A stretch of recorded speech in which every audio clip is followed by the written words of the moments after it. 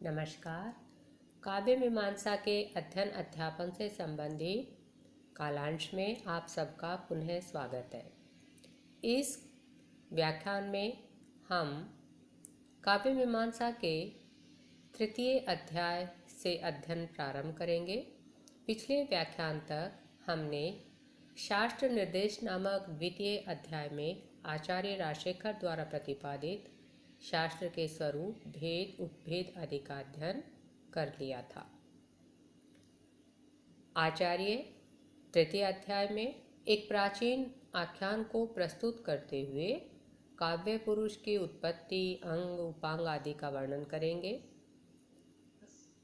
इन्होंने काव्य पुरुष की उत्पत्ति सरस्वती से बताई है कि पुत्र की कामना से सरस्वती ने हिमालय पर्वत पर घोर तपस्या की। उस तपस्या से प्रसन्न होकर ब्रह्मा जी के वरदान से काव्य पुरुष का जन्म हुआ। जन्म होते ही काव्य पुरुष ने माता सरस्वती की चरण वंदना की, जिसमें उन्होंने स्वयं को समस्त वाङ्मय के अर्थ के रूप में परिणत होने के रूप में प्रस्तुत किया है। पढ़ते हैं संबंधित पाठ्यांश। एवं गुरुभ्यो गिरः पुण्यः पुराणिः शृणुमः स्म यत् किल धिष्णं शिष्यः कथाप्रसंगे पप्रच्छुः कीदृशः पुनरसौ सारस्वतेय काव्यपुरुषो वा गुरुः इति स तान् बृहतां पतिरूचे। एवं गुरुभ्यः गिरः पुण्यः पुराणिः शृणुमः स्म।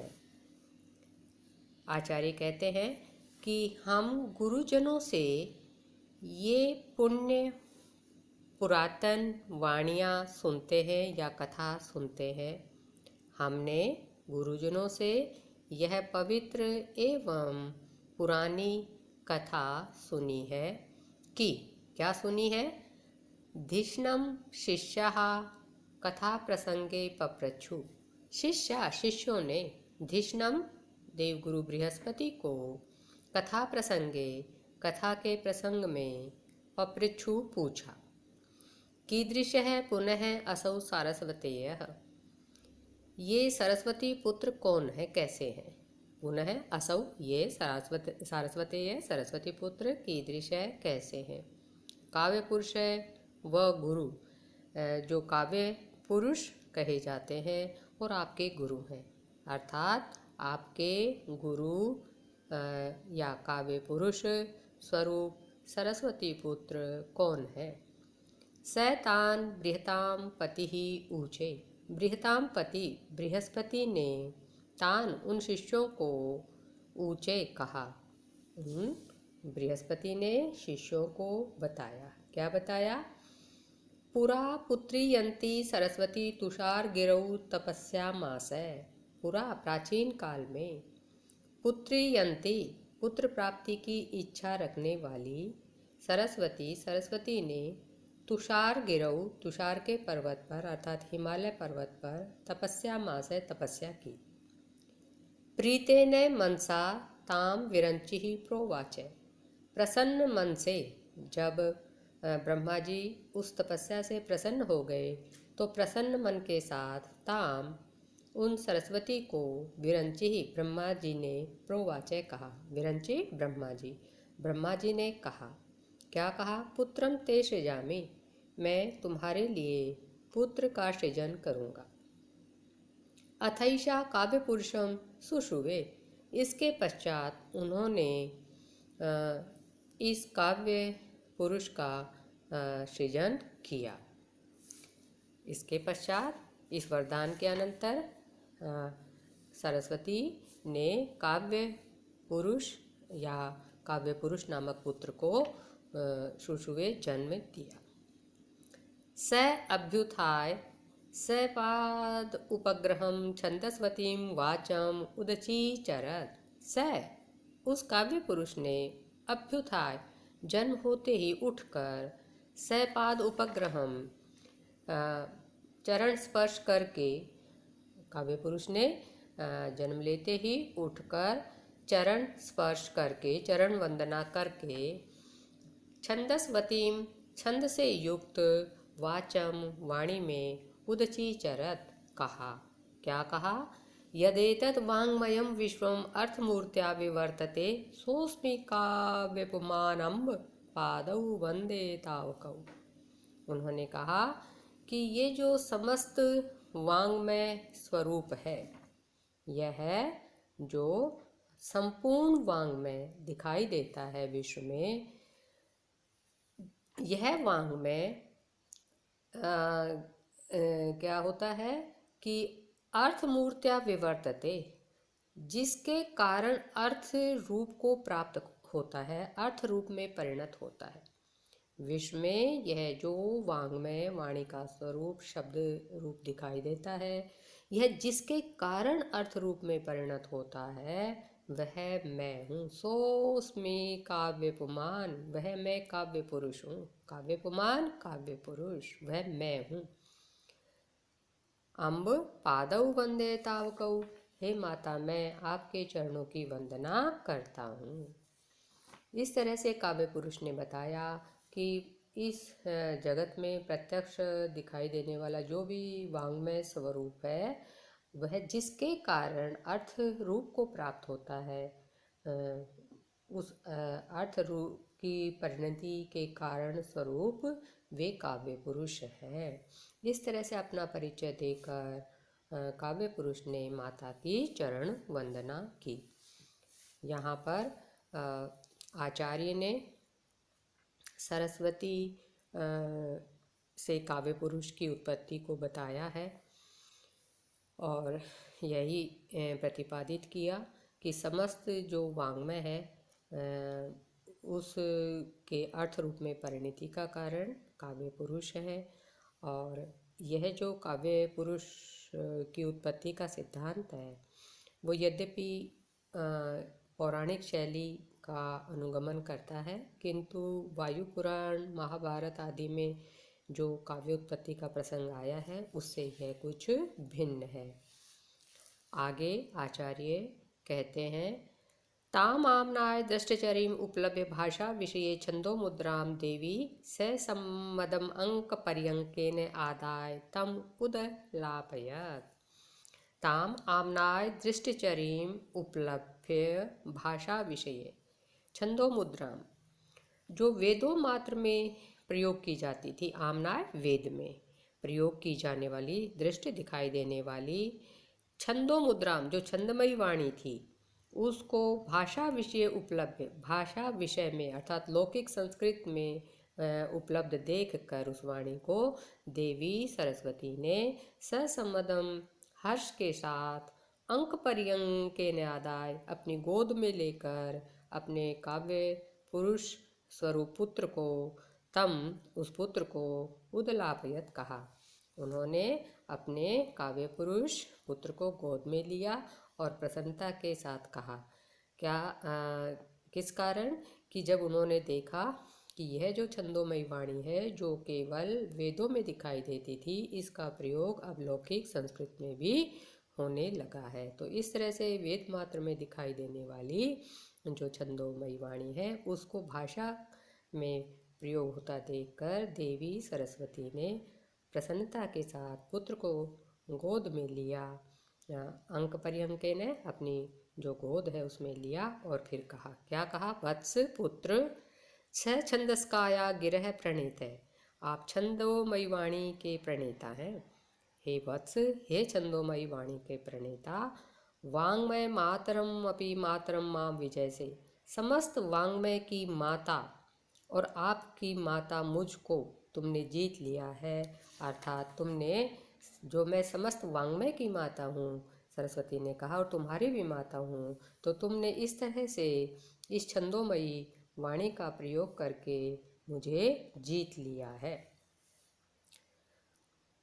त्वत्तः पूर्वे ही विद्वांसो गद्यम ददृशुर न पद्यम।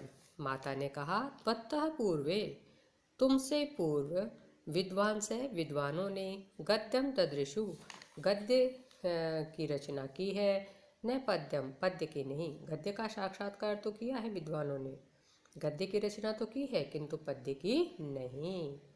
त्वदुपज्ञम अथात छंद स्वर वद वचः प्रवर्त्यति। त्वदुपज्ञम तुम्हारे द्वारा रचित, तुम्हारे द्वारा रचित छंदस्वत वचय छंदोमयी वाणी प्रवर्त्यति, वाणी का प्रवर्तन होगा। अर्थात पहली बार छंदोमयी वाणी का प्रवर्तन या उसका प्रारंभ तुम्हारे से ही होगा। त्वत उपज्ञम जो तुमने सृजित की है उसी से होगा।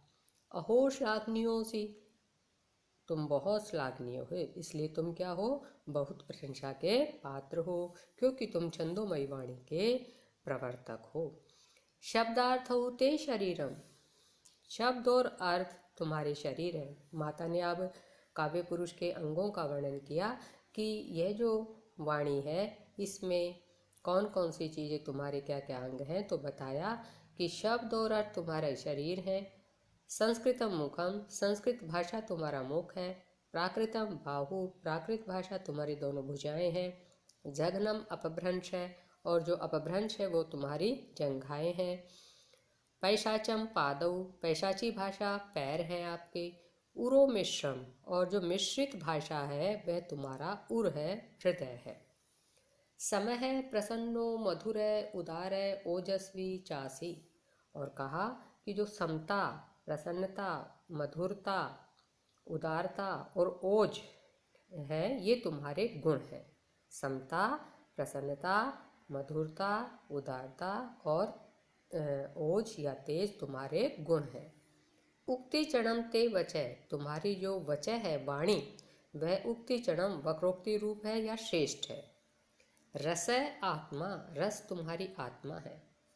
रोमाणि छंदांसी, और छंद तुम्हारे रोम है।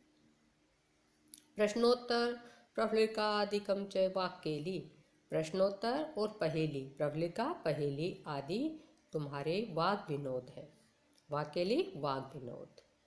अनुप्रास उपमादयश्च त्वम अलंकुर्वन्ति, अनुप्रास और उपमा आदि तुमको अलंकृत करते हैं, सुशोभित करते हैं, ये तुम्हारे शोभा कारक तत्व हैं।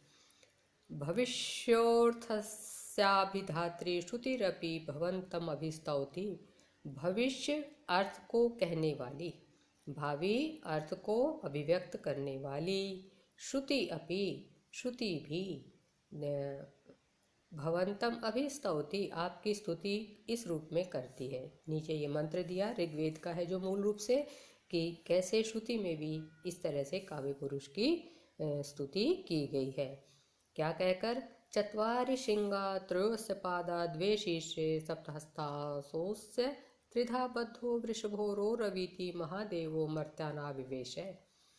वहाँ पर क्या कहा गया है कि अस्य चत्वारि श्रृंगा, इसके 4 सींग हैं। त्रयोपादा, 3 पैर हैं। द्वे शीर्षे, 2 सिर हैं। सप्त अस्य हस्तास्य, और इसके 7 हाथ है। त्रिधा बद्ध है, 3 रूपों में ये बंधा हुआ है, अर्थात गद्य पद्य एवं चंपू। ऐसा वृषभ कामनाओं को पूरा करने वाला, रोरवीति यह महादेव आवाज करता है।